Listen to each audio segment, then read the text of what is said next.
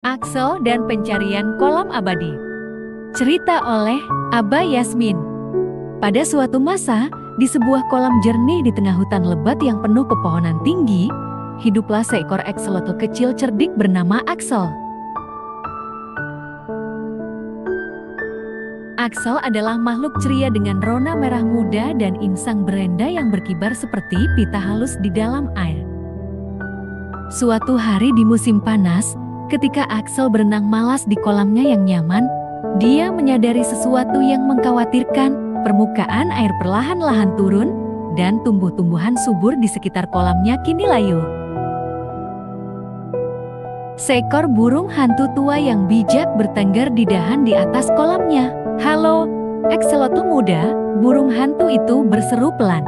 "Aku melihat kekhawatiran di matamu. Apakah ada sesuatu yang mengganggumu?"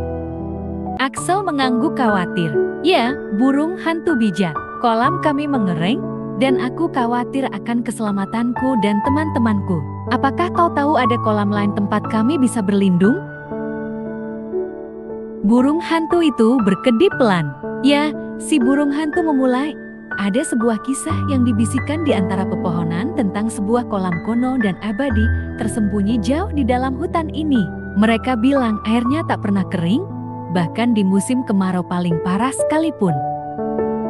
Letaknya di balik hutan yang paling lebat, tempat pohon-pohon tinggi berjaga. Tapi berhati-hatilah, karena perjalanannya tidak akan mudah. Kau akan menghadapi cobaan dan rintangan di sepanjang perjalanan," lanjut burung hantu itu sebelum terbang menjauh. Axel berterima kasih kepada burung hantu itu atas bimbingannya dan dia memutuskan untuk menemukan kolam itu untuk rumah barunya.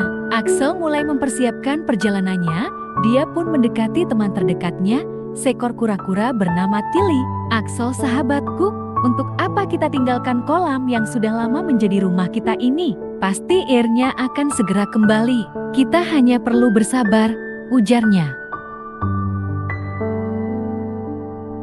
Hati Axel sedih mendengar kata-kata Tilly. "Tilly, aku tahu sulit untuk pergi, tapi kalau kita tetap di sini, kita akan kehabisan air," pinta Axel, suaranya mendesak. "Kita harus menemukan kolam baru sebelum terlambat." Namun Tilly dan yang lainnya tetap tidak teryakinkan. Ketakutan mereka terhadap hal yang tak diketahui mengalahkan peringatan Axel. Karena kecewa tapi bertekad, Axel tahu bahwa dia harus maju sendirian jika ingin menyelamatkan dirinya dan teman-temannya. Maka, dengan tekad membara dalam dirinya, Axel memulai perjalanannya, meninggalkan kolam dan teman-temannya, berharap mereka akan mengindahkan peringatannya sebelum terlambat. Saat Axel memulai perjalanannya menemukan kolam abadi, dia menghadapi kendala besar. Dia tidak bisa hidup lama tanpa air. Axel harus merencanakan pergerakannya dengan hati-hati agar dia tidak terdampar di lahan kering. Untuk mengatasi kendala ini, Axel menyusun strategi cerdik. Menggunakan indera penciumannya yang tajam dan penglihatannya yang jeli, dia mencari genangan air kecil, petak tanah lembab, dan sumber air tersembunyi di sepanjang dasar hutan. Setiap kali dia menemukan tempat yang tepat, Axel akan berlari dari satu genangan air ke genangan air berikutnya, beristirahat sejenak untuk mengatur napas dan kelembapannya sebelum melanjutkan perjalanan. Meski menghadapi tantangan, Axel tetap bertekad, mendorong dirinya hingga batas kemampuannya saat melanjutkan pencarian rumah baru. Sepanjang perjalanan, dia bertemu dengan makhluk-makhluk hutan ramah yang memberinya kata-kata penyemangat dan berbagi pengetahuan mereka tentang saluran air tersembunyi di hutan. Saat Axel akhirnya mencapai akhir perjalanannya yang sulit, jantungnya berdebar kencang saat dia mendekati kolam tersembunyi yang dibisikkan dalam dongeng. Apa yang dia temukan membuatnya takjub. Berada di dalam ceruk terpencil di hutan, kolam itu berkilaan seperti permata di bawah sinar matahari yang menembus kanopi tebal di atasnya. Permukaannya beriak lembut, memantulkan warna cerah flora di sekitarnya. Pohon-pohon yang menjulang tinggi berdiri sebagai penjaga di sekelilingnya, akar-akar kuno mereka menjalin pola-pola rumit ke dalam bumi.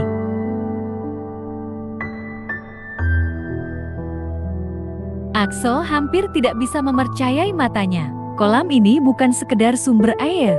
Ini tempat perlindungan, surga yang tak tersentuh oleh kekeringan yang parah.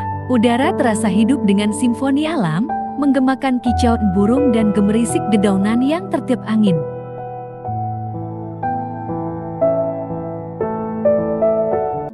Dengan hati bersyukur, Axel turun ke dalam air sebening kristal, merasakan pelukan dingin menyapu dirinya seperti pelukan yang menenangkan. Axel tahu bahwa dia telah menemukan lebih dari sekadar tempat untuk bertahan hidup. Dia telah menemukan tempat untuk berkembang. Axel menemukan banyak sekali kehidupan di bawah permukaan air. Ikan berwarna-warni melesat di antara alang-alang. Dan capung-capung terbang dengan anggun di atas kepala. Di kejauhan, dia bisa mendengar suara katak yang merdu dan gemericik lembut kura-kura yang berjemur di bawah sinar matahari. Setiap momen yang berlalu, Axel merasakan rasa syukur yang mendalam atas perjalanan yang membawanya ke sini. Dia tahu bahwa dia telah menghadapi banyak rintangan di sepanjang perjalanan, tetapi dia juga tahu bahwa setiap tantangan justru membuatnya lebih kuat.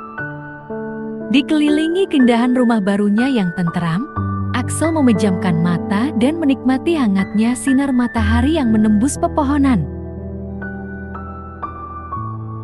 Karena pada saat itu, dia tahu bahwa dia telah benar-benar menemukan surga di tengah hutan belantara, tempat di mana dia bisa bebas menjadi dirinya sendiri, menjelajah, dan bertumbuh untuk hari-hari mendatang. Terima kasih sudah menonton. Jangan lupa subscribe kanal ini ya. Terima kasih.